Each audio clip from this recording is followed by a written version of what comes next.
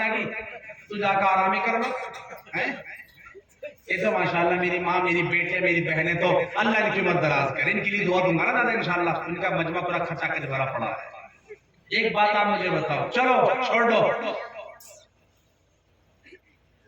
مجھے کچھ لوگوں نے کہا بھی 2-3 حضرات نے کیا سنایا تھا, کیا سنایا تھا میں نے, وہ کالی گوری کا سنائی ہوتی کالی گوری. یہ کئی لوگوں نے کہا, میں نے کہا وقت تو نہیں ہے, کیا سناؤں, وہی سناؤں اور وہ سننا چاہ رہے. اچھا سارے یہ نہیں سننا کیا چادر والے بیچ میں بیٹھے, یا بات پہلے نہیں پڑ رہی, سر کے اوپر سے گزر رہی. چلو میں کوئی بات نہیں. کئی لوگوں نے مجھے کہا فیروز میں سنا دوں کیا. اچھا اصل میں آج فیروز بھائی کے ساتھ ہوں, ہے نا. یہ کہہ رہے تھے کب آ جائیں گے ہمارے پاس, بس نے کھینچ تو ملایا. اتنے بڑے آدمی ہیں ماشاءاللہ. فیروز بھائی بڑے مشفق دوست ہیں ہمارے, بڑی محبت کرتے ہیں ہم سے. کھینچ تو لایا لیکن کہہ رہے کس علاقے میں جاؤں گا. مجھے علاقہ تو مجھے بھی نہیں پتا, بس چلا ہوا جا رہا ہوں, لوکیشن جہاں جانی وہاں چلتے رہو تم. بڑی محبت کا ثبوت دیا. اللہ نے جزائے خیر دے, ان کے بگڑے کاموں کو بنائے. اور ہمارے بھائی فیروز جس محبت سے مجھے یہاں لے کے آئے, اللہ نے بھی جنت میں لے کے جائے. ابھی نہیں کبھی بھی پہنچا دو, ابھی تو رہنے نہیں ہو فیروز بھائی. اللہ تمہیں جزائے خیر دے. بادشاہ ہارون نے اپنے وزیر کو کہا ایک باندی لا گھر کے کام کے لیے. وہ گیا, ایک کی بجائے 2 لے کے آیا, ایک کالی ایک گوری. فیروز بھائی سنو بات کو, موبائل میں تو بعد میں کرنا. ایک کالی اور ایک گوری.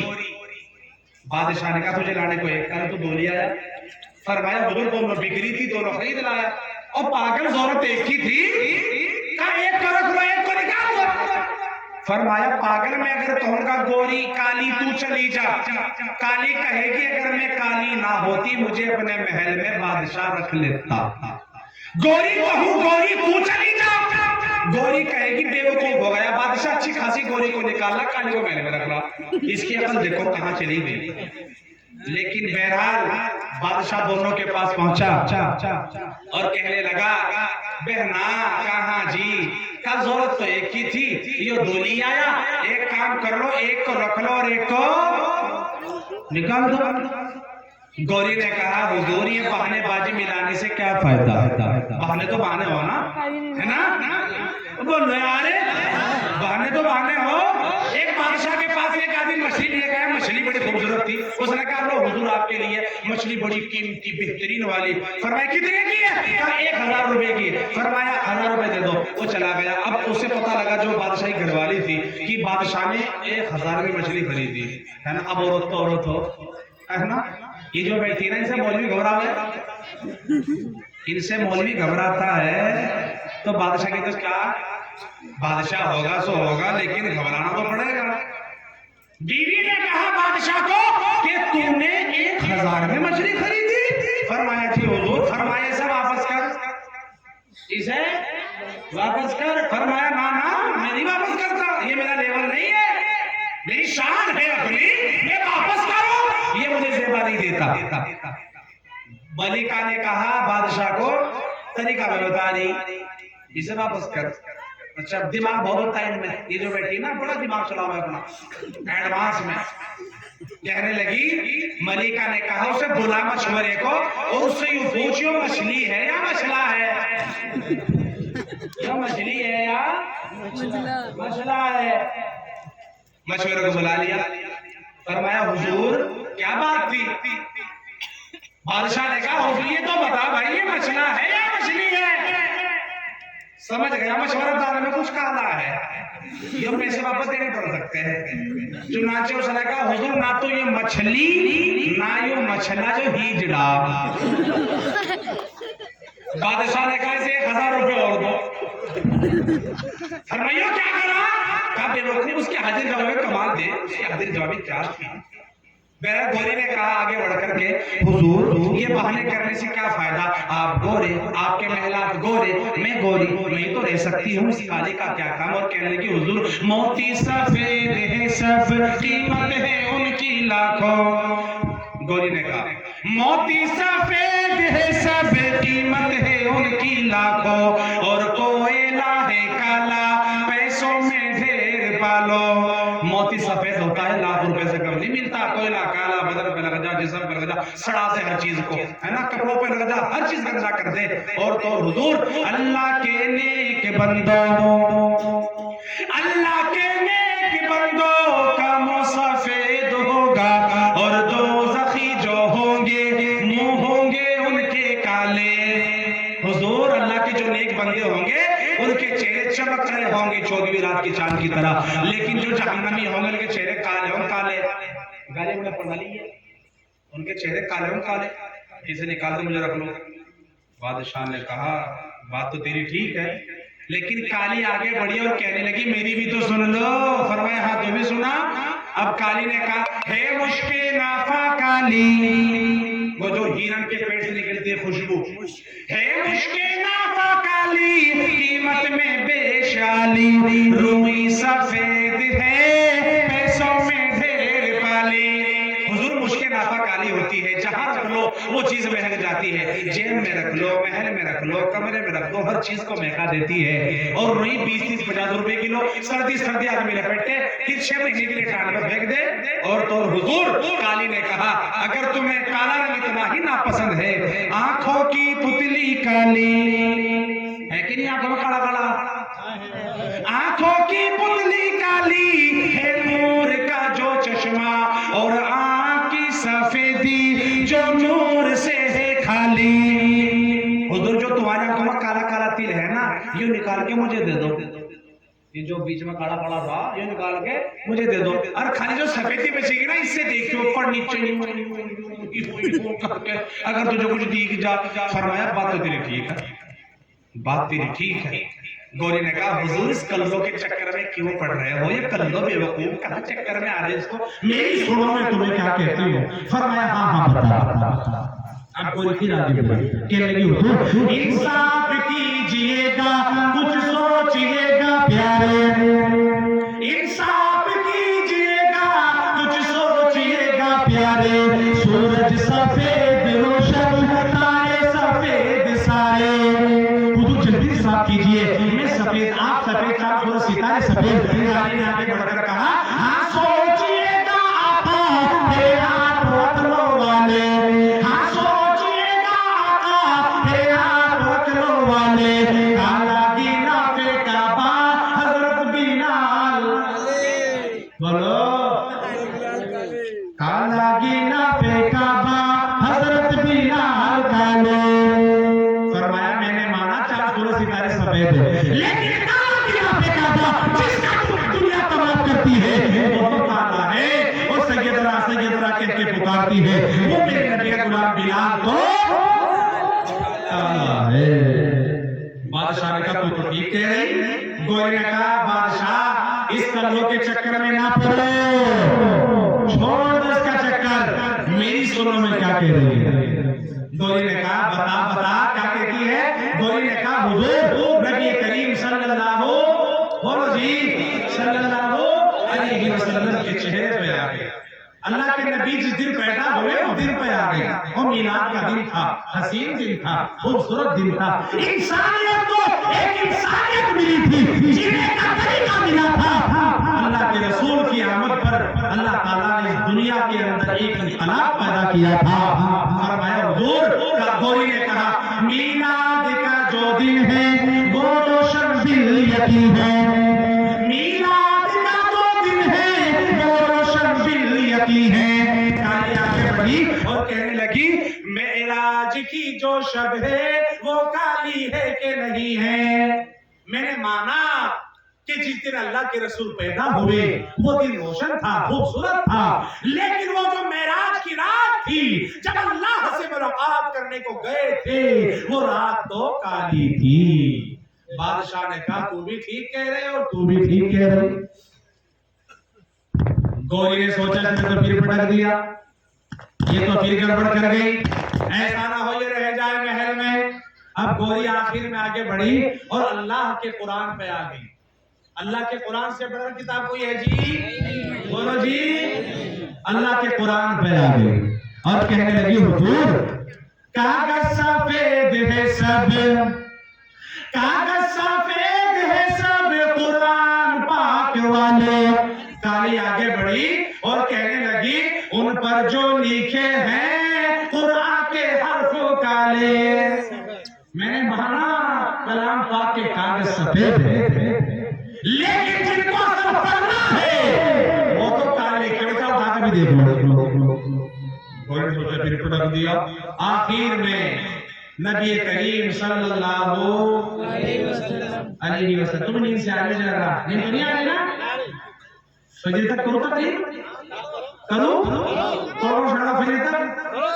اچھا میں دکھا تمہیں اللہ کے رسول صلی اللہ علیہ وسلم کے چہرے پہ کیا حسین چہرہ تھا اللہ کے رسول صلی اللہ علیہ وسلم. حضرت اما عائشہ فرماتی ہے چوٹی کا چاند اپنی جوبن پہ تھا, آقا کا سر میرے پہلو میں تھا. کبھی میں چوٹی کے چاند کو دیکھتی, کبھی اللہ کے نبی کے چہرے کو دیکھتی. اسی دیکھا دیکھی میں ہزاروں کی وادیوں میں کھو گئی اور مصر کی عورتوں میں پہنچ گئی اور خطاب کرنے لگی. اے مصر کی عورتوں, تم نے یوسف علیہ السلام کو دیکھ کر اپنی انگلیاں کٹوا لی تھی. یہ کاش میرے نبی کو دیکھ لیتی تو سینوں کو چاک کر ڈالتی. یہ چہرہ اللہ تبارک و تعالیٰ نے اپنے محبوب کو عطا کیا تھا. ایک صحابی رسول کہتے میں نے آپ سے زیادہ حسین نہیں دیکھا. ایک بار عالم خیال میں بات کرنے لگا. آمینہ تو نے کتنے بچوں کو ان کی گود میں کھیلتے ہوئے دیکھا, لیکن بتا جو تیری گود میں در یتیم چمک رہا ہے اس سے حسین بچہ کوئی اور دیکھا؟ فرمایا نہیں. میں نے حلیمہ سے پوچھا حلیمہ بتا تو نے کتنے بچوں کو گود میں پالا پرورش کرا, لیکن بتا وہ جو تیری گود میں محمد کا نور چمک رہا ہے اس سے زیادہ حسین بچہ تو نے کوئی دیکھا؟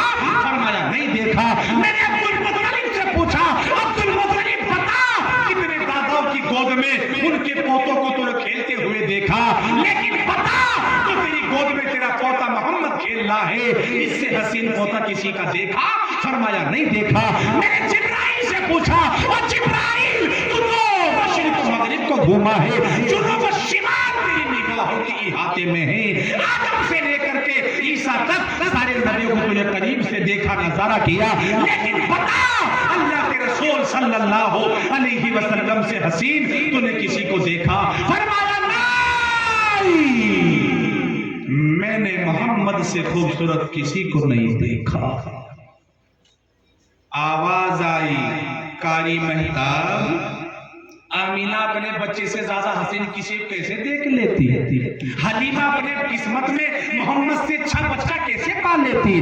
عبد المطلب کسی کے پوتے کو اتنا حسین کیسے دیکھ لیتا؟ جبرائیل تمام پیغمبروں میں اتنا حسین نبی کسی کو کیسے پا لیتا؟ ارے ہم نے آج تک اس روح زمین پر محمد رسول اللہ صلی اللہ علیہ وسلم سے زیادہ حسین کوئی پیدا ہی نہیں. وہ اللہ کے رسول صلی اللہ علیہ وسلم کا نور تھا.